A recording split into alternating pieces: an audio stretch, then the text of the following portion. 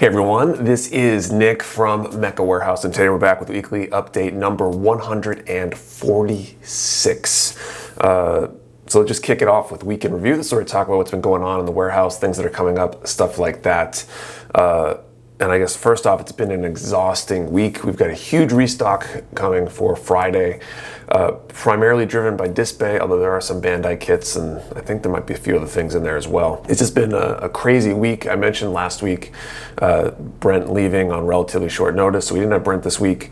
The Disc Bay arrived, half of it towards the end of last week, so he helped check that in before he was done, and the rest arrived this week. So I've been trying to take care of that check-in on top of all my normal stuff, and it's just been absolutely exhausting. I think Patrick's exhausted too, just doing the listings, checking in Disc Bay compared to most other product lines, vendors, things like that is just like twice as much work at least, just because of the sheer number of SKUs, the number of little details that can trip you up because there's, multiples of a given thing, different bits or chisels or sanding sponges that are just slightly different grits or sizes or whatever.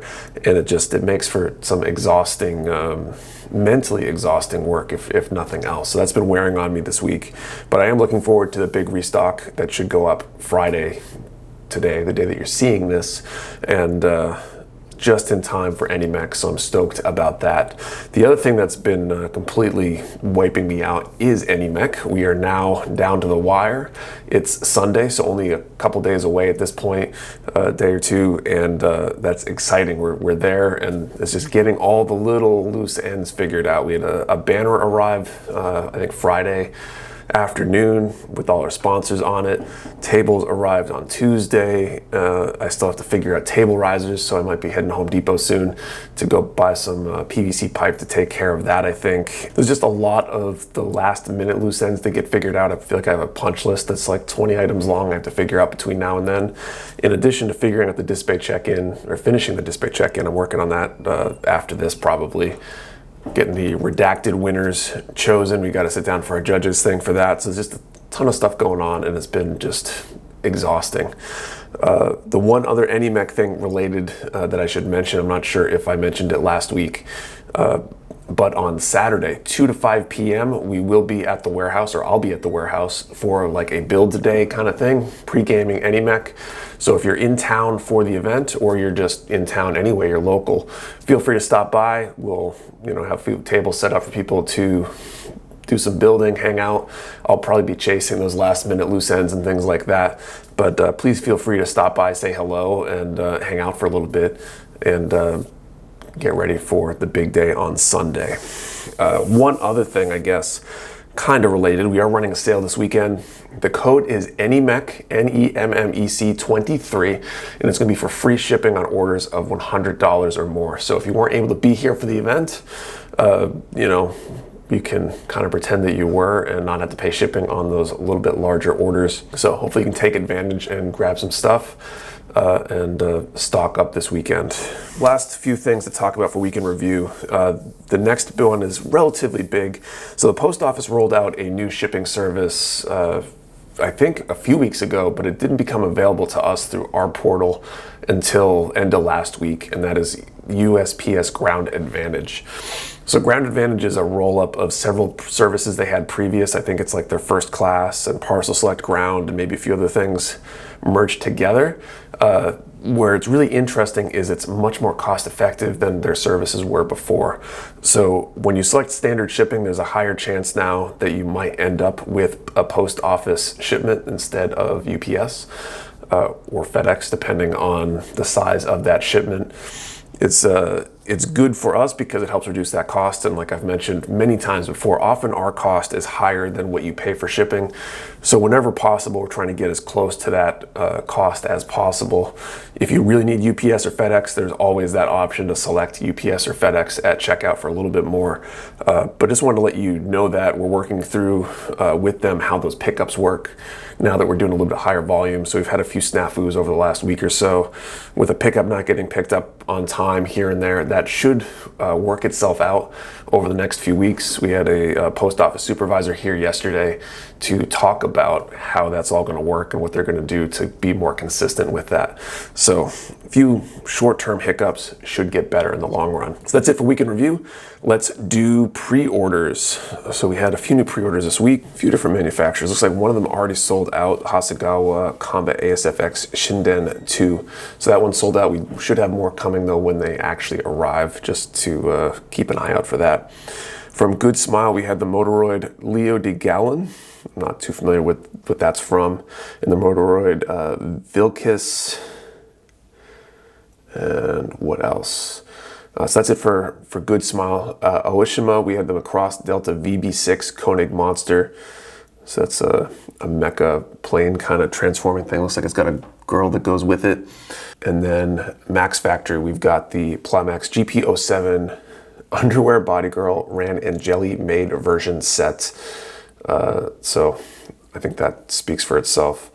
And then from Hasegawa, we do have some other kits that are not sold out. Let's see, first up, Nostalgic Vending Machine Ice. So it's like a vending machine. I think that's in 1/12 scale, so good to go with figures and things like that. The Hasegawa Mechatro Wigro number 7 Sports JPN version. So that's a Mechatro Wigo, if you've ever seen those designs in a white and red color scheme. There is the Mackay PK Osif G Gustav and Osif M Melusine. It's 2 kits in 1 box. They look kind of like the traditional Mackay kind of designs.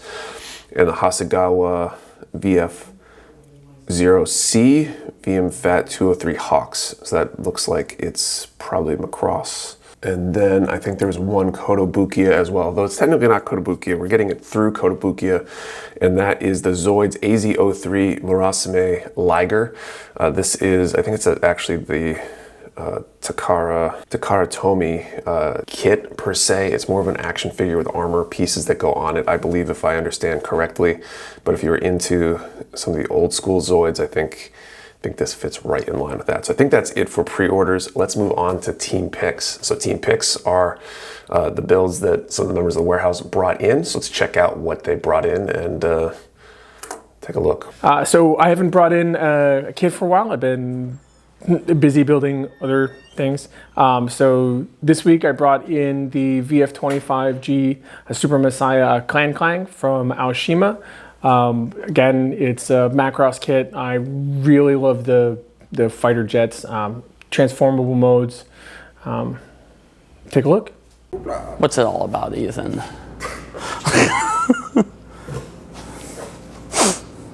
Oh, did you start it? Yeah. Oh. Hello, I'm Dylan here. Today I brought in the Monoceros Governor from Hexagear. As you can see, he's a samurai guy. He has 3 swords. It's if you build the Governor, you built them all. I like that he has the extra arms on his back, so you can kind of get like a 3-sword style type of look, along with it like helps balance him if you want to customize him with any other Governors. If I had one complaint about him when it comes to posing him, or at least moving his arms, it's a bit of a pain because his little bicep armor parts just kind of pop off a little easy. But as always, I always recommend Governors. All right, so that was it for team picks. Let's move on to Q&A. So this is where I answer some questions from you, the viewers. If you have a question you want answered, post it down in the comments below. I'll do my best to answer it next time. First up, Anubis asks, what's the closest airport to fly into for NEMMEC? I wish I had seen this the 5 days ago or whatever when it was actually posted. Just been so busy this week. So there's 2 airports I would recommend looking at if you're trying to fly in. Obviously it's kind of last minute at this point, but still probably doable.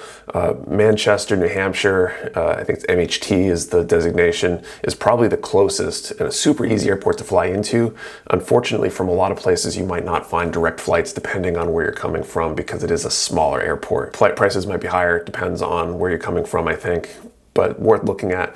Otherwise, I would look at Logan in Boston.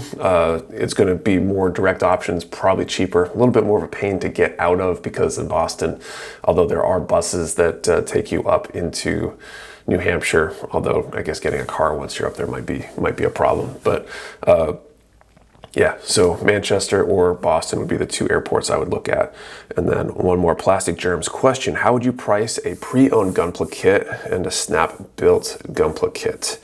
So I'm assuming that you mean kind of the same thing, like something someone's already built. I don't know if it's pre-owned. Well, I guess there's two options here. So pre-owned, unbuilt, it would really depend on how rare it is. If it's something that's in production now, then your price is probably, it's hard to offer or hard to get more than, you know, MSRP or whatever you can find it for in stock in a store at, because why would somebody buy it from you versus a store?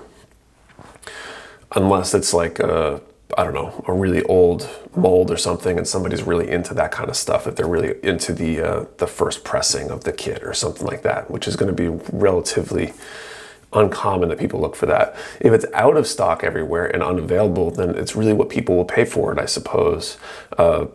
We obviously don't price things based on availability. We just price it at what the price is. So it kind of depends. You know, there are definitely some kits that have been long out of print that might command a premium, especially if they're never going to get another print run. I would say look at something like eBay and look at completed auctions recently to try to find what people are paying for that and use that to try to figure out where the price would be, I suppose.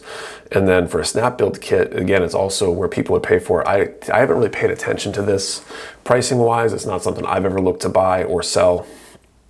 But I would imagine it probably should be some fraction of what it costs to get the kit new. Because to me, the value is in building it, unless it's snap built perfectly and you didn't wreck anything on it when you're trying to sell it, then it's probably worth less than the original kit, and even then, unless it's rare, I suppose. So it really depends, but it comes down to what people pay for it. I think for the most part with snap built kits, people often sell lots of them at like a lot of 10 different kits all in a box together that have already been snap built, and they often will be at, you know, significantly less than it costs to buy the kits new.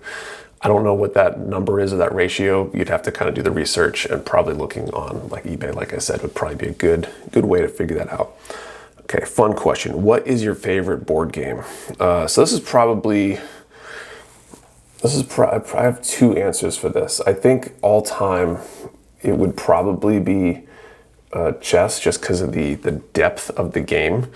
Although I do kind of enjoy Go. It's almost deeper, but I've never gotten good at Go. So not that I'm good at chess either, but I guess it'd be chess. Although I also do enjoy like Risk and Monopoly a lot too, which it's always hard to find someone actually willing to play those games because of how long they take sometimes.